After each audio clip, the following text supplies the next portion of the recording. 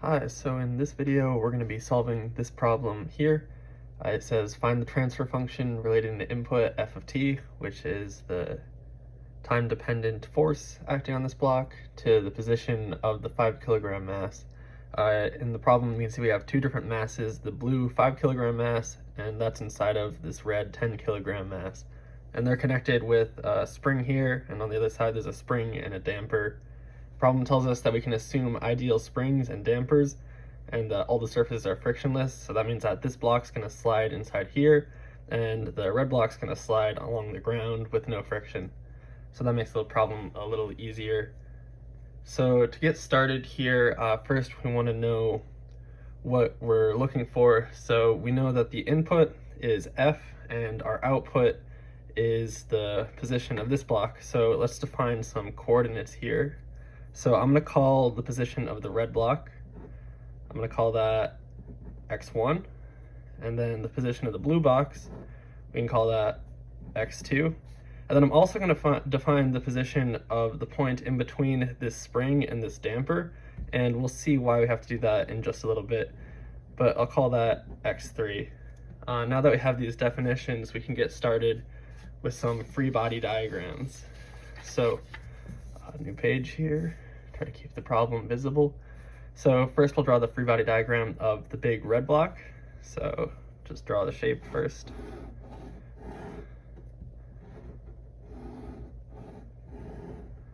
Okay, so what are all the forces on this? Obviously we have the applied force, F of t.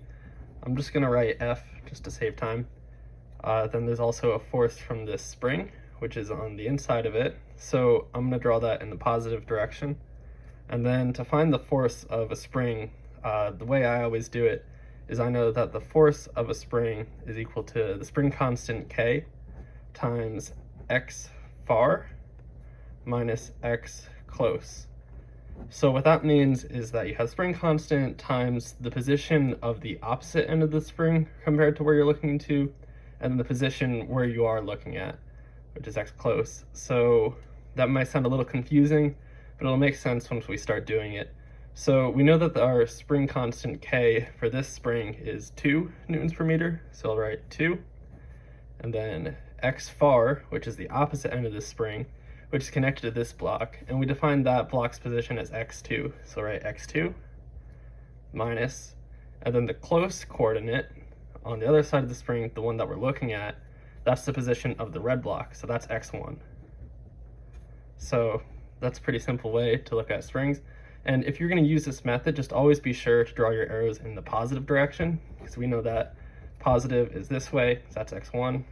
So everything going to the right is positive, so draw the arrow to the right and then follow this convention, and I know that all the signs will work out here. And we can check that with a little intuition. Let's say we set x2 to be 0, so that means we're holding this blue block still, because x2 is 0. And then if we increase x1, that would mean moving the red block to the right. So that's going to compress this spring and push. The spring is going to push against this block. So that means that the force will be going to the left, and our arrow would need to go the other way. And if this was 0, this would be a negative number, and the arrow would go the other way, and it all works out. So you can always check to make sure that your arrows and signs are intuitive. So we're going to do a similar thing for the damper over on this side. So draw the arrow in the positive direction. And dampers have a very similar rule to springs. It's just the only difference is that instead of positions, you're looking at velocities. So once again, I'm going to do the damping constant 3 times the coordinate opposite to where we are. So we're looking at the red, so the opposite one is x3. And then where we're at is still x1 because we're still looking at the red block. So x1. So like I said before, these have to be velocities now. So instead of position, we need to take the first time derivative of those. So I'm going to do x3 dot and x1 dot. And the dot just represents the first time derivative. So a couple more forces on this. As always, since it has a mass 10 kilograms, there's going to be mg coming down, and then it's sitting on the ground. So there's going to be a normal force. And also this block is sitting inside of it, so that's going to be pushing down with another mg. different mass. So maybe I'll call that M2, call this M1, N1. But what we'll find is that we don't really need to worry about these forces. Since everything's happening in the left and right direction, not up and down, we can sort of ignore anything that's vertical because it's just a statics problem. If you want, it'd be really easy to figure out this normal force.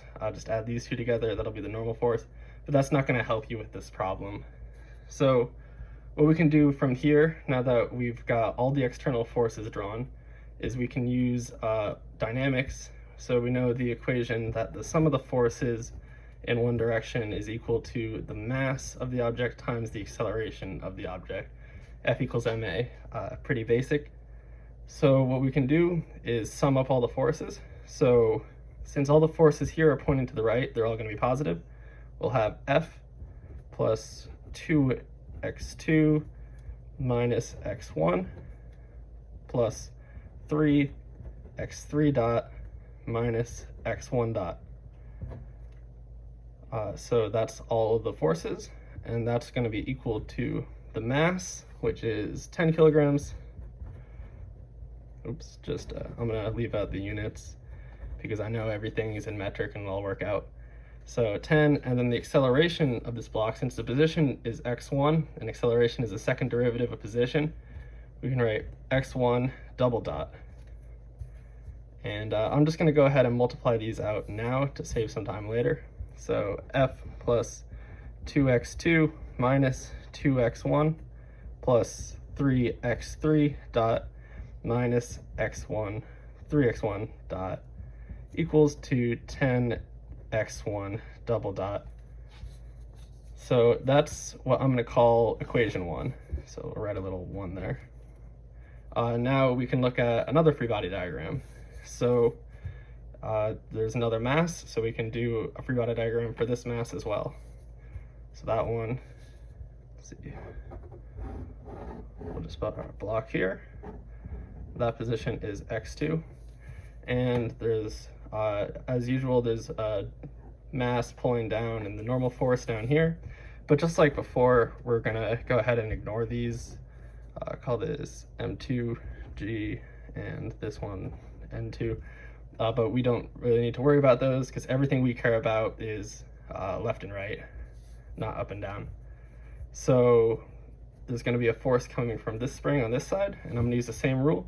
So draw it in the positive direction, and then it's going to be the spring constant, which is 2, times the position far away, so on the other side. So the opposite side of the spring is connected to the 10 kilogram block, which is x1. So 2x1 minus, and then we're at x2. So we have 2x1 minus x2 for that spring. And then on the other side, we have another spring. So we're going to go ahead, draw another positive arrow. And that spring has a spring constant of 5. And the opposite end is x3. Oops. x3 minus the end that we're at, blue block, x2. And I'm sort of going through these spring forces a little bit slower in case anyone is new to this and it's difficult for them to figure it out. This is a method I like to use. Some people do it more intuitively. They know which one's supposed to be negative and which one's positive. I just like following the method of the far away end minus the close end and draw the arrow positive, and it all works out. So now we can once again write the sum of the forces in the x direction equals to the mass times acceleration in the x direction. So the sum of the forces is going to be just the two forces from the springs, 2 times x1 minus x2 plus 5 times x3 minus x2. Notice that these are both still positive because the arrows are pointing in the positive direction. If you had an arrow pointing the other way, it'd be negative. So those are the only forces acting externally on this body, and that's going to be equal to the mass of this one, which is 5 kilograms. So 5 times the acceleration of this body is going to be x2 double dot. And I'll go ahead and multiply this out. So 2x1 minus 2x2 plus 5x3 minus 5x2, just distributing these constants into the parentheses, and that's equal to 5x2 double dot. So now we have another equation, 2. And at this point, we might think that we're done because we have a free body diagram for both of our bodies. But if we look, we have more unknowns than we have equations. Could write that out. So we have unknowns.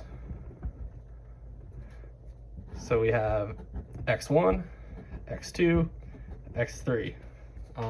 We wouldn't really consider f to be an unknown just because it's the input, it'll be given. So we just have our 3 positions that are unknown. And their derivatives aren't additional unknowns either, just because if we can find all the 3 positions, the derivatives sort of fall out. So we only consider x1, x2, and x3 unknowns. So that's 3 unknowns, and so far we only have 2 equations. So what we need, if you remember algebra, is that you need to have at least the same number of equations as unknowns. So we need 1 more equation. So that's where, once again, this point is going to come into play. So what we can do is we can draw a free body diagram for that point, even though it's not a mass. So what we'll see is, since there's no mass, I'm just going to draw a dot. And where's our problem at? So we're looking at this point. So we've got a spring to the left, so positive direction, and the opposite end is x2, so x2 minus x3, which is where we're at, and that's going to be multiplied by that spring constant 5. And then we have another force going to the right, and that's going to have the 3 damping constant, and the opposite end is the red, so that's x1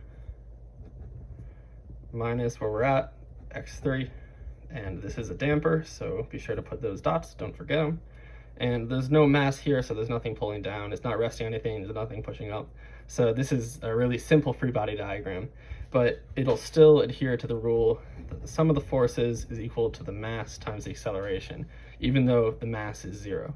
So the sum of the forces is going to be, once again, everything is positive direction, so just 5 x2 minus x3 plus 3 x1 dot minus x3 dot.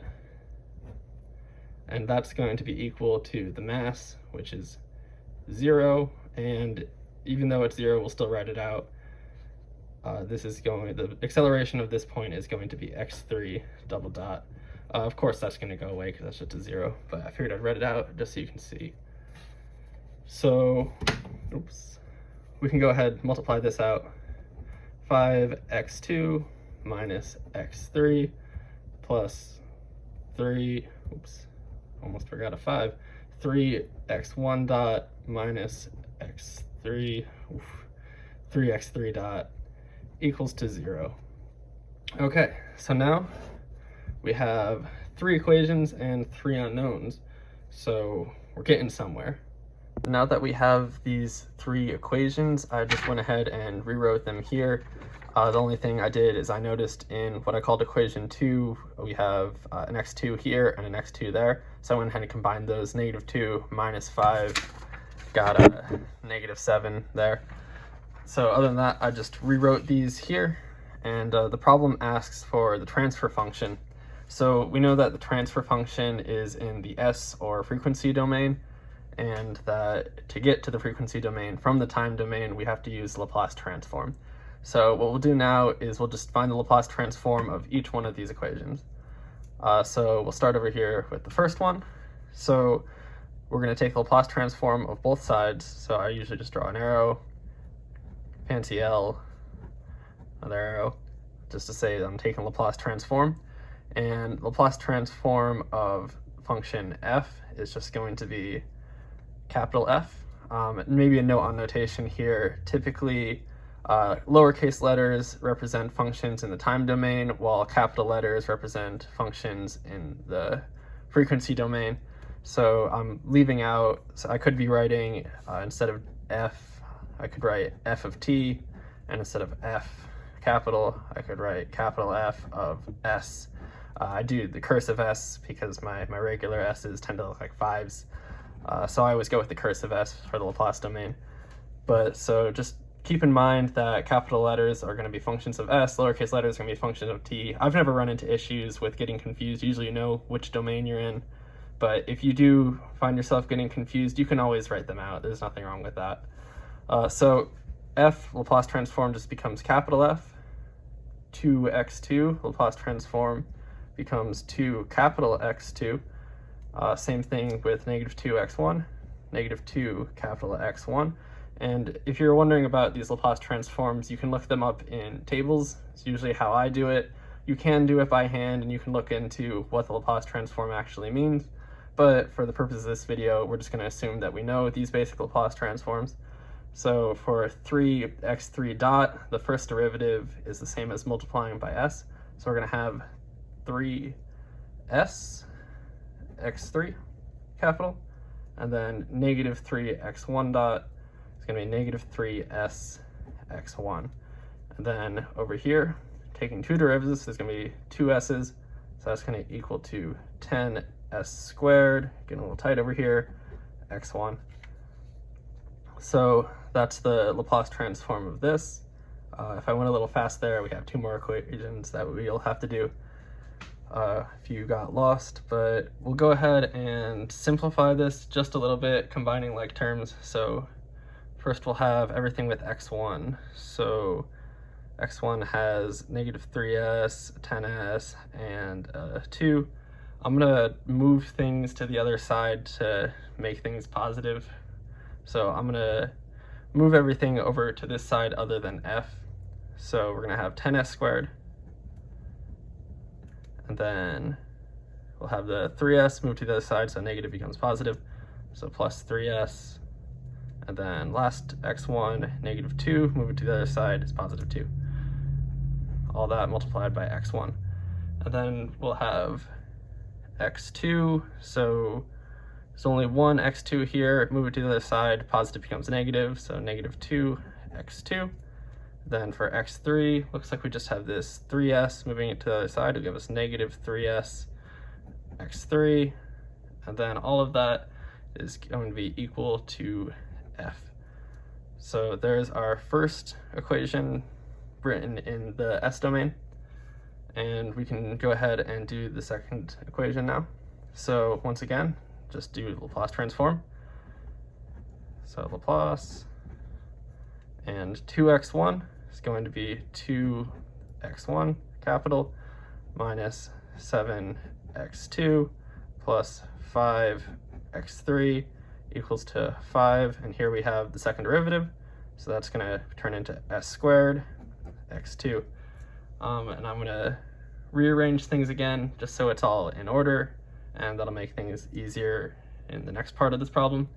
So we'll have 2x1 plus, we have for x2, we have a negative 7, and if we move this 5s squared to the other side, that's going to be negative as well. So we'll have negative 7 minus 5s squared, and that's all multiplied by x2. And then for x3, it looks like we just have this 5, so plus 5x3, and that's all of our terms, so set that equal to 0. So there's our second equation in the Laplace domain. And then on to the last one, same thing, Laplace transform. And if you're confused on these Laplace transforms, I encourage you to look up a table, either in your textbook or just Google search table of Laplace transforms, Laplace transform properties, and you can find plenty of information on how I'm doing these. These are some very basic ones, and I would recommend memorizing these, especially if you're going to be doing this sort of problem more than once. So 5x2 just stays the same, minus 5x3 plus 3, first derivative just becomes s, x1, minus 3, first derivative, another s, x3, and that's equal to 0. Rearranging this one to be like the others, x1 we have 3s, so 3s x1, then x2 looks like we just have the 5 plus 5x2, and then for x3 we have negative 3s and minus 5, so plus negative 3s minus 5 x3 equals to 0. So now we turned our 3 equations in the time domain into 3 equations in the frequency domain. And now all we have to do is find the transfer function. Okay, so I just went ahead and rewrote our 3 equations in the S domain here. And what you'll notice is that we took 3 differential equations and we turned them into 3 simpler algebraic equations. And now we have just this simple system of 3 equations with 3 unknowns, and there are a bunch of different ways to solve systems of equations. And I encourage you to do whichever way you feel the most comfortable doing. I'm going to do it in matrix form, so I'm going to draw a big matrix, then a column vector equal to another column vector. So we're going to have x1, x2, x3 as our 3 unknowns, and then we'll just start filling in from the equations into here. So for the first equation associated with x1, we're going to have 10s squared plus 3s plus 2. And then for x2, second column, we're going to have just negative 2. And then for x3, third column, we're going to have negative 3s. And then all equal to f. Now for the second equation, for x1, we're going to have 2. x2, we're going to have, oh shoot, have you not been able to see this? Sorry if I had this cut off for that, I wasn't looking. So 2x1 plus negative 7 minus 5s squared, x2, so negative 7 minus 5s squared, and then x3 is just going to have that 5. And that's equal to 0. And this is where you can see why I decided to write these out, x1, x2, x3 equal to whatever's left over, just to make filling in this matrix easier. We just go in order. So 3s x1 plus 5x2 plus negative 3s minus 5x3 is 0. So now we have these equations in matrix form. And if I was doing this problem for myself, at this point I would stop and say, oh no, this is getting way too messy, and I would open up a program like MATLAB and have it solve this for me. And in fact, in the description box, I'm going to put the MATLAB code that I use to solve this problem, and that'll be a lot quicker than doing this by hand. But in the case that you want to know how to do this by hand, I will go through and do that now. But if you want to skip that, I'm going to put some timestamps in the description box as well, and you could just skip to the end of this math.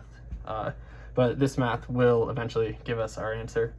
So with this equation, it's basically, or this matrix equation, system of unknowns, there's a bunch of different ways to solve this. The most simple one, maybe, so if this is, we'll call this A, and then this vector, we'll call that X, and then this vector, we'll call that B. So we know that AX is equal to B, and then rearranging that, we have X equals to A inverse times B. And this will give us our entire X vector in terms of F and S. And that would be good, but we only need x2 because the problem tells us that x2 is our output, so there's no reason to solve this whole thing. This is how I do in a MATLAB because I don't care if I get extra results because I'm just going to take what I need. But what we're going to do is we're going to use something called Cramer's rule. So I'm going to get a new piece of paper.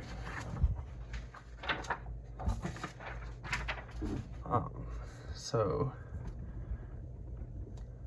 Cramer's rule, and that says that when solving a system of equations like this, the result xi is going to be equal to the determinant of ai over the determinant of a, where a is our coefficient matrix here, and ai is that same coefficient matrix, but we replace one of these rows with the answers, and that row corresponds to which answer we're looking for.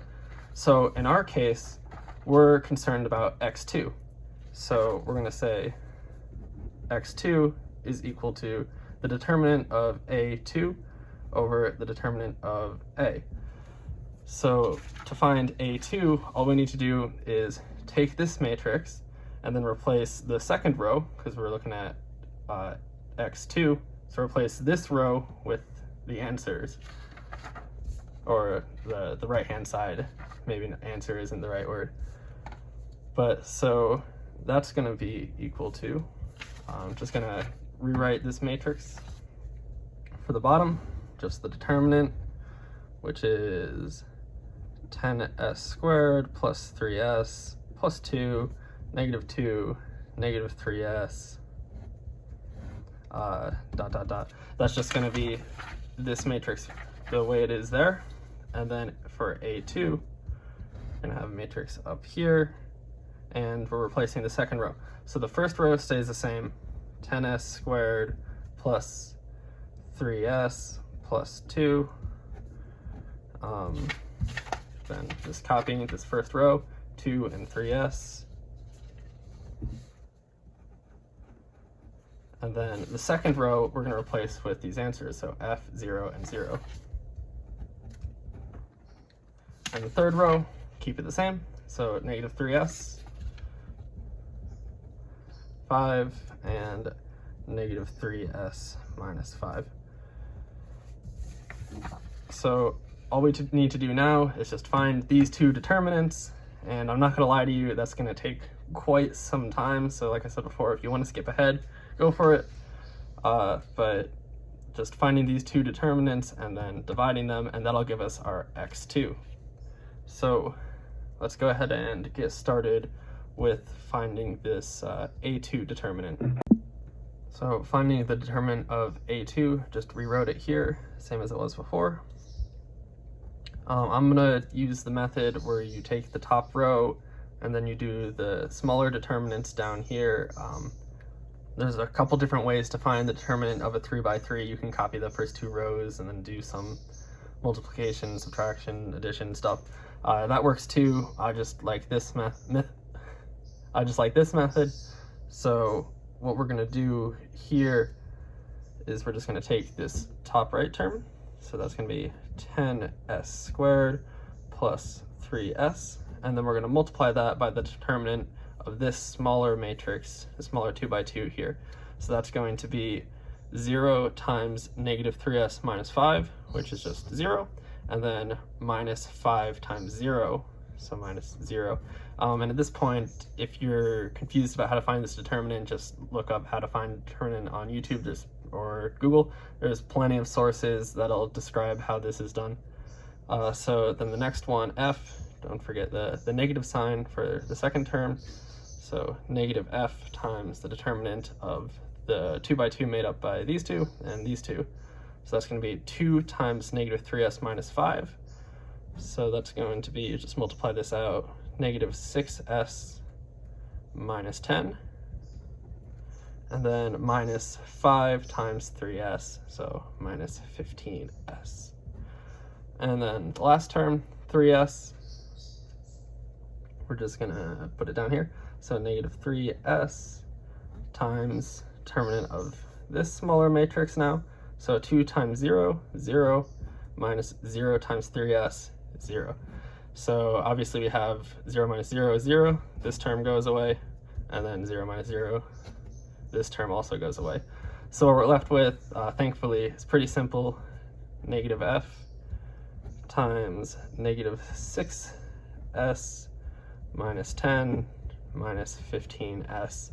And of course, we can simplify that just a little bit further, combining some things. I'm also just going to multiply this negative in. We get rid of all those negative signs. So we're going to have f times negative 6 minus 15 is negative 21, and then times negative 1, 21s minus 10. So that is our determinant of A2, and now we'll find the determinant of A. But before that, I forgot, or I missed a sign here. Since I multiplied this negative in, this becomes positive 10. Okay, so I rewrote the A matrix here. We need to find the determinant of it, and unfortunately with this one we don't have all those nice zeros, so we're not going to have so many things cancel out, but we will go through it nonetheless. using the same method. So I'm gonna do it down here because this one's gonna get pretty long. So that's gonna be equal to the first term, 10s squared plus 3s plus 2. I'm gonna put some parentheses around here so I don't get confused. And then that's gonna be multiplied by the determinant of this smaller matrix. So this times this minus this times this. So put a bracket. Just write them all out for now. So -7 minus 5s squared times -3s minus 5 minus 5 times 5 is 25. Okay, so there's our first term. Second one is going to start with this -2. Don't forget, you got to switch the sign on the second one, so that's going to be +2 times determinant of these two and these two, so that's 2 times -3s minus 5, 2 times -3s minus 5, minus 5 times 3s, or 15s. So there's our second term, and then our third term is going to start with the -3s, and that's going to be multiplied by this smaller determinant. So 2 times 5 is 10, and these two multiplied together minus, I'm going to put the 3s first, and then -7 minus 5s squared. Okay, let me just make sure that we're on the right track. Yep. Okay, this looks good. So now we just need to multiply this out, unfortunately. So let's just get to it. I'm going to leave this first term here, so 10s squared plus 3s plus 2, and then we're going to do a little FOIL action on these two guys here and here. So we'll leave it at brackets for now. -7 times -3 is +21 s. -7 times -5 is 35, and -5 times -3 is 15. S squared times s is s to the third, so plus 15s cubed. And then last one's -5s squared times -5 is just going to be 25s squared, and that -25 still hanging out here. So that's all there. Then this next term, we can go ahead and distribute this 2 in. I'm going to try to do this all at once, I think. So I'll distribute this 2 in here. So we'll just cross this one off, change this to a 4, and this to a -30. So don't get confused with the signs. So just multiplying that 2 into both those terms. So multiplying this 4 into here, we're going to get 4 times -3 is -12s, and then 4 times -5 is -20. And this is just going to stay as -30s. Okay, not bad. And then this last term, I'm going to put it down here maybe. So -3s, just going to do this one at a time. This probably was a little confusing to follow. So -3s, going to leave that, and then I'm just going to multiply this 3s into here this time. So 10 minus -3s times -7 is 21s, and -3s times -5s squared is, negative times negative, positive, negative times negative, positive. So -3, -5 is 15s to the third.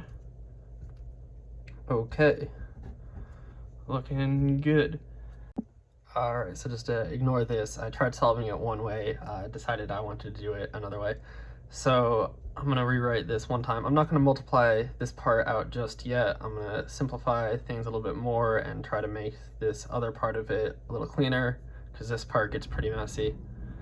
So we'll have 10s squared plus 3s plus 2, just copying that down. And then here, I'm gonna write everything in order. So highest order is s cubed, so 15s cubed, and then 25s squared, 21s, and then this negative 25 and 35 combined to give you 10. And then over here, let's try to simplify this all together. So negative 20 is gonna stay. Then for s's, we're gonna have negative 12s minus 30s minus negative 3s times 10. So that's gonna be another negative 30s. So 12 plus 30 plus 30, 72. So minus 72s. And then we have a couple more terms from this part here. This is all taken care of. Negative 3s times 21s is going to be negative 63s squared, and negative 3s plus 15s to the, or times 15s to the third is going to be negative 45s to the fourth. So now this is all a little simpler. We can tackle this guy. So let's go ahead and do that. I promise things will start simplifying soon, but they're just gonna get a little bit worse before that. So I'm just gonna take each one of these terms and distribute it into here. So starting with the 10s squared, we're gonna get with the 15, 150s to the fourth, and then 25, 250, or see, s squared, s third. This is a 5, not a 4, sorry. This is a 4.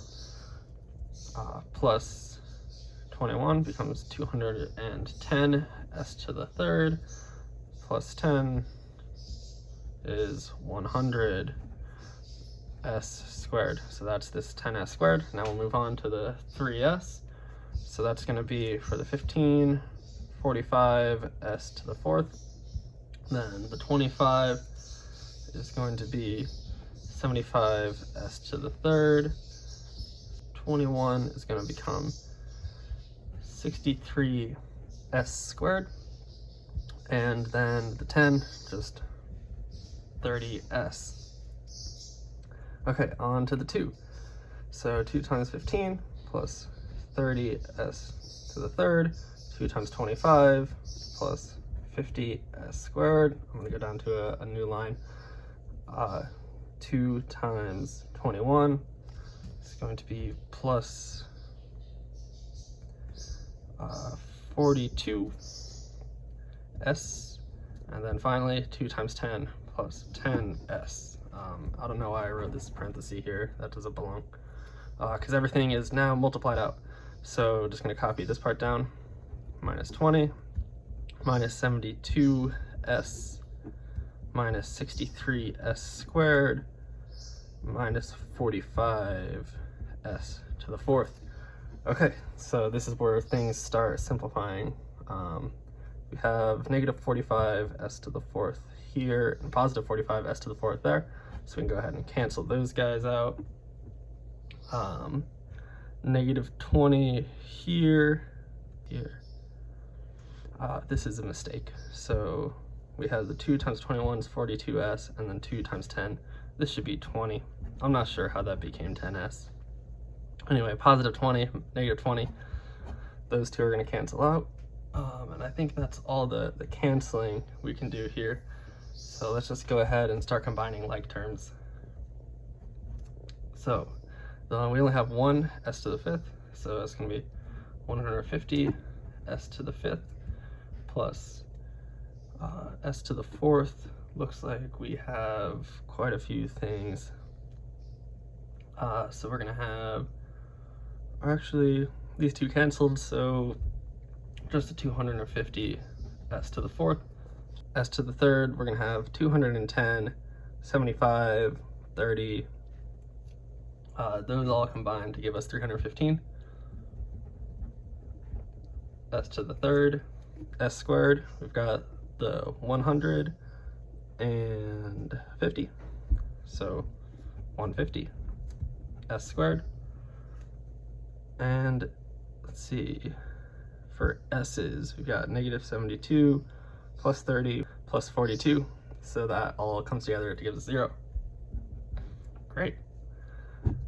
So this is finally the determinant of A. All right, so now that we have the determinant of A2 and the determinant of A, just copy these down here. We know from Cramer's rule that x2 is going to be equal to the determinant of A2 divided by the determinant of A. So that's simply just going to be copying these, f times 21s plus 10, and the denominator is going to be this here, and we can actually factor out a 5s squared from this, so I'm going to go ahead and do that now. So 5s squared all times 30s to the third power plus 50s squared plus 63s plus 30, and we're looking for the transfer function, because that's what the problem tells us. Find the transfer function relating the input f to the output, which is the 5 kilogram mass position, so that's x2. And we know that a transfer function is always output over input, so that's going to be x2 over f. And to get that, simply just have to divide both sides of this equation by f. So that's going to be 21s plus 10 all over 5s squared times 30s to the third plus 50s squared plus 63s plus 30. All right, and this is our final answer. And that's going to do it for this problem. I know it was a lot of math in the middle there, and like I said, I would recommend using something like MATLAB, or maybe you could do in Wolfram Alpha to solve this problem. I'll include the MATLAB script down in the description, so you can check that out if you want to know how you could have solved this way quicker. But yeah, thanks for watching.